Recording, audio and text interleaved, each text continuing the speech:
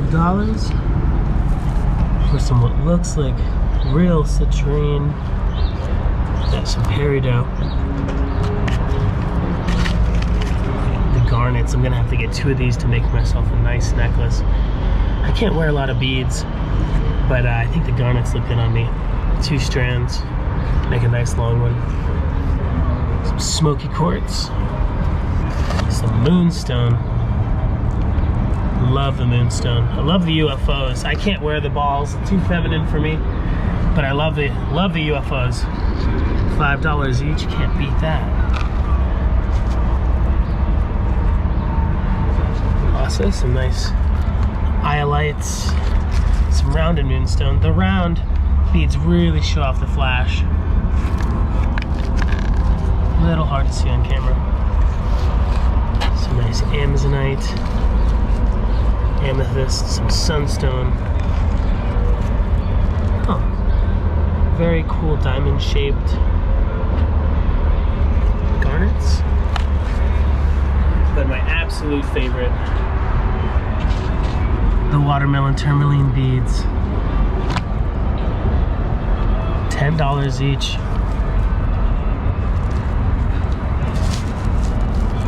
Love the tourmaline. So this is called a hank. Each individual one is called a strand, obviously. A lot of times if you buy the hank, folks will do you an even better deal. Tourmaline facets, $20 each. Stunning the way they arrange the color.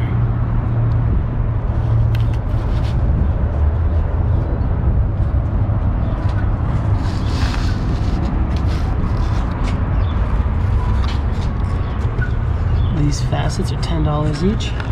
Are these garnets right here? Yeah, garnets. Oh, nice. Great color. I like that they're slightly orange. Both colors in garnet. This and yeah, these red ones. I have one more item. These ones are really cool too.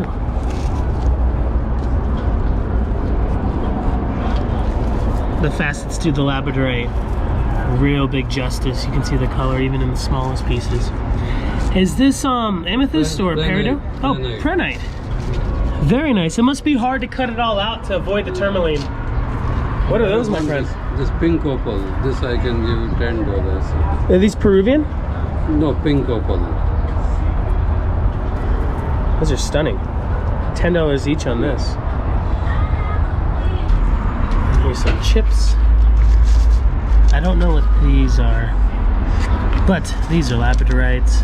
Some more chippy peridot, amethyst for $3. Jeez Louise. You could strand these up into a necklace and get 50 bucks each at a trade show.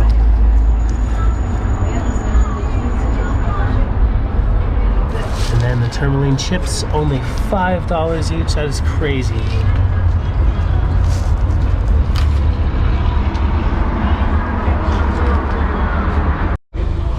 Check this out, my friends. These are Gemstone Globes. Looks like they're made in China. The ocean is made out of shell, I believe. Sandstone, China. Serpentine or bloodstone, Russia. Lapidary, India. Amazonite, Afghanistan and Turkey. Sodalite, Somalia. Tiger's Eye, South Africa. African turquoise, Chad. Uncanite, Congo. Abalone, Canada. Sandstone, US. Again, the serpentine or bloodstone, Mexico.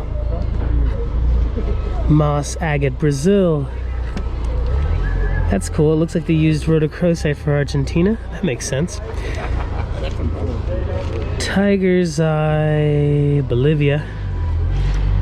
Again, Uncanite for Colombia. What do these go for? I don't know. But they're stunning.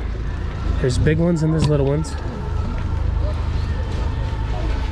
Some different colored ones. These ones are a little bit nicer. Looks like they're made out of a lot of the same stones, just in different fashions. Check out the big one. It'd be funny to see some flat earth gemstone globes. India's still Lapidary on this bad girl. Except the ocean looks like it's probably not gemstone on this one. Anyway, and yeah, it looks like they use crazy lace for the US on this one. So slight differences. Brazil is Amazonite on this one now. Bolivia is still Tiger's Eye. Russia is still that bloodstone or that serpentine. Anyway, too cool for school.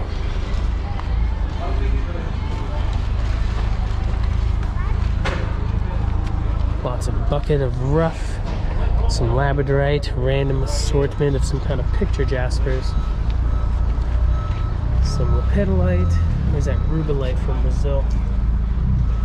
Looks more like rubellite actually. These are probably very, very affordable.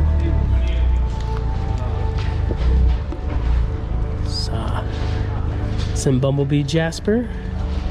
I heard from a gentleman who helps the operation that mines this stuff that they can only mine so much a year because they're using submarines to go down into the lava flow and bring it out.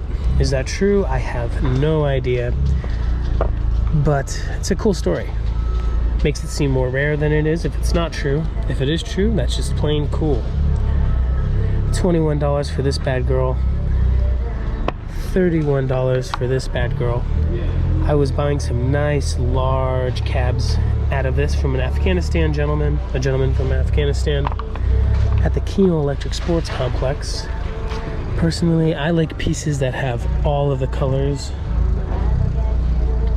This one's a cool one though. And the back's not as cool, but beautiful piece for Mother Earth for sure. I almost never cut this material because I believe it's high in arsenic. I just leave it to the folks that have the proper protective gear. Very cool stuff. Let's take a look at this salt. So, these pyramids here, they're $15 each. These random sculptures look like they're $18 each, but perhaps you can get them for a very similar price. Closer to 15 since it's the last couple of days of the show. This show might even be over today. A lot of those lights, excuse me, a lot of those salts sit on a base where you can put a light underneath it to make the salt glow. And some people like to put essential oils on top of the warmed up salt, and it'll make your whole house smell really nicely. They last a very long time if you leave them in the right place. This one looks like it was not left in the right place. You could probably get that for $5 right now. These are very cool. These are Himalayan salt soap bars. I've seen crystal salt deodorants in the past, but I've never seen them marketed as soap. I've never seen them marketed as soap. These are $3 each. Very, very cool.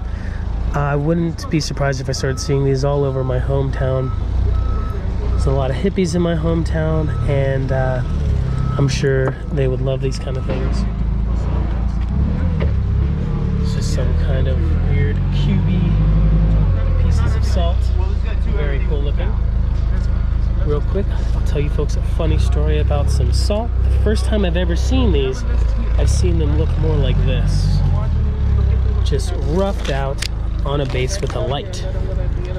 And a good friend of mine, I asked him what it was, and he told me it was salt. I didn't believe it. He told me to lick it, and I licked it, and it tasted like salt and pee. I smelt it, and it smelled like pee. It turns out that his hedgehog actually peed on the salt, and he tricked me into licking the salt. I wasn't too upset. I thought it was kind of funny. But if you look at the bottom of the lamp, you can see the hole where the light goes in. It warms up, and you can put essential oils on it, and it'll smell up your whole house with all kinds of good stuff. Don't put pee on it, for sure. Check out this. A lot of fossils you'll see, as you might have heard in a different video, are actually put together. Sometimes they'll find the teeth and cast the jaw, or sometimes they'll have the whole jaw and put it into some matrix to hold in place. Either way, if they casted it, they probably casted it from a real piece. A lot of museum fossils you'll see are actually not the real piece, but are castings. Nice. This guy was big. I would not be able to get away from him. And when they're in big pieces like this, they might come from several different beasts. Very cool. You can see the plaster that it was composited onto in the back.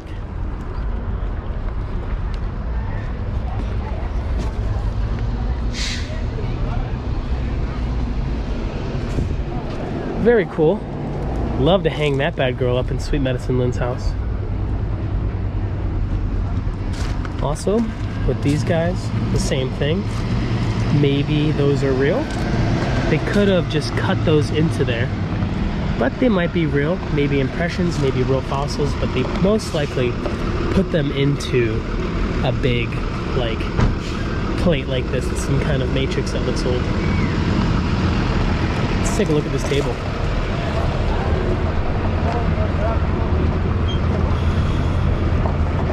Looks like cedar, orthoceras. Very nice. Wouldn't mind eating off of it. I wouldn't want to prepare my food on that though.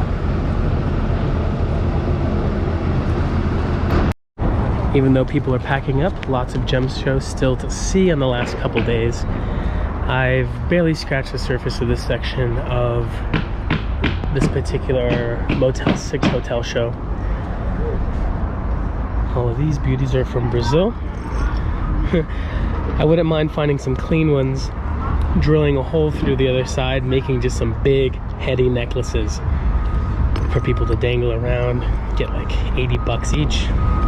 These crystals are probably less than, probably closer to $10 each. Let's come over here.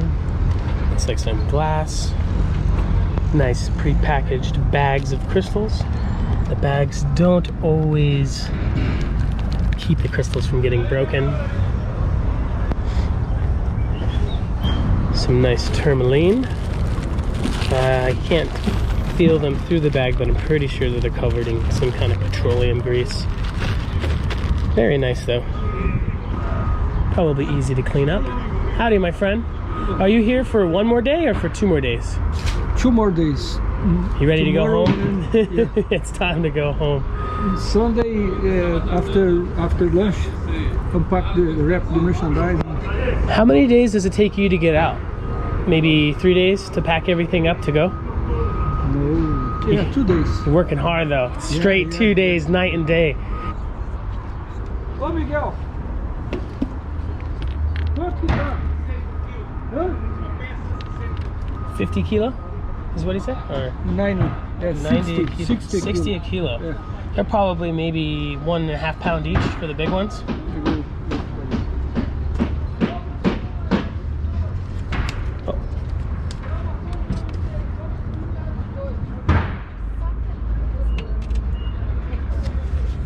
Not even 1/2 kilo.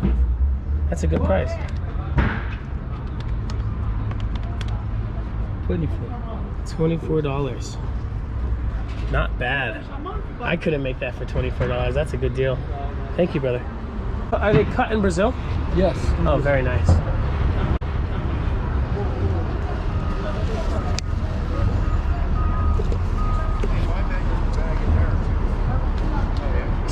I think he said, what was it, $60 a kilo, $90 a kilo?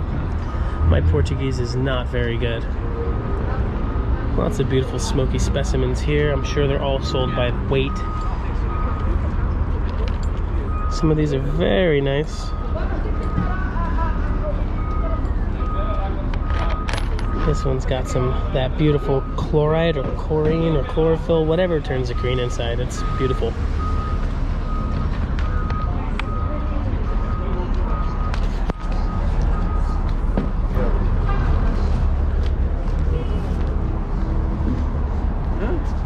Some cool Kyanite, some bigger pieces.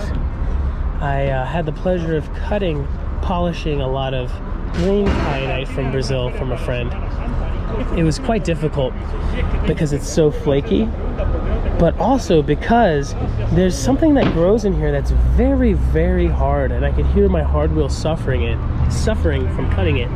Even though the blue and most of the kyanite is very, very soft, something that grows in there is very hard, and often the little sheets, the little shoots, needles would fly off and get me in the face, no joke. So I don't want to ever cut them again. The drilling was also hard on those pieces because you could polish a whole big piece, get it real nice, you go to drill and you destroy it just from drilling. I can't use a water swivel because of how soft the material is. I had to drill it by hand and it wasn't a lot of fun. But it is beautiful medicine and beautiful material. I had a gentleman come and hang out with my grandmother who was a crystal medicine man, and he was saying that you're not supposed to wear kyanite with labradorite, and they kind of neutralize each other out. I'm not a medicine worker myself, but I definitely appreciated this gentleman. I think his name was Thomas, and yeah, he was quite the real deal. Gave my grandmother some pieces to help her pain and her arthritis-y hands and stuff. I'm sure these obelisks are sold by weight, which is why you will see the rough weight on there, 120 kilograms. If it's $30 a kilo, you do the math. These are definitely repolished, not natural terminations. Well, obviously it's an obelisk, but it's not an obelisk. What's an obelisk?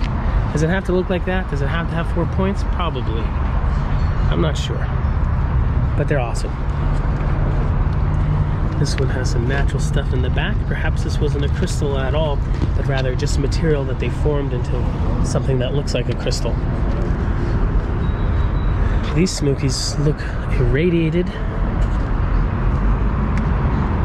Check out that big girl. Probably definitely material and not a natural crystal, but still fantastic. You're gonna turn heads nonetheless. Is that 1,220 kilos? I don't know. Sometimes you'll see some like cryptic numbers on there that aren't exactly the price, but rather some information that folks who work for the people will know how to price it. So you don't have to just throw out big numbers like this, $6,000 for an 810 kilogram monster heat-treated amethyst. This one's probably been here a lot. The paint is starting to turn gray when you usually see it as black. These are always hard to film, to see the cool little blades of mica.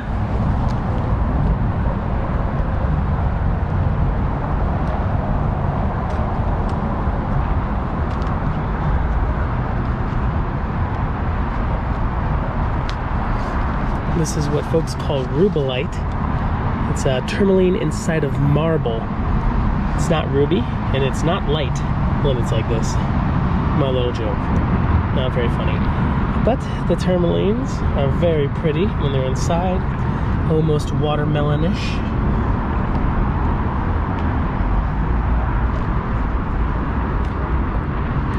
I was looking at watermelon tourmalines that I was going to buy for my good friend Buzzy 2 Tons.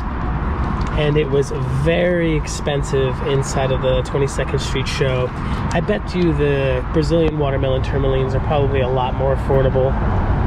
And B grade or C grade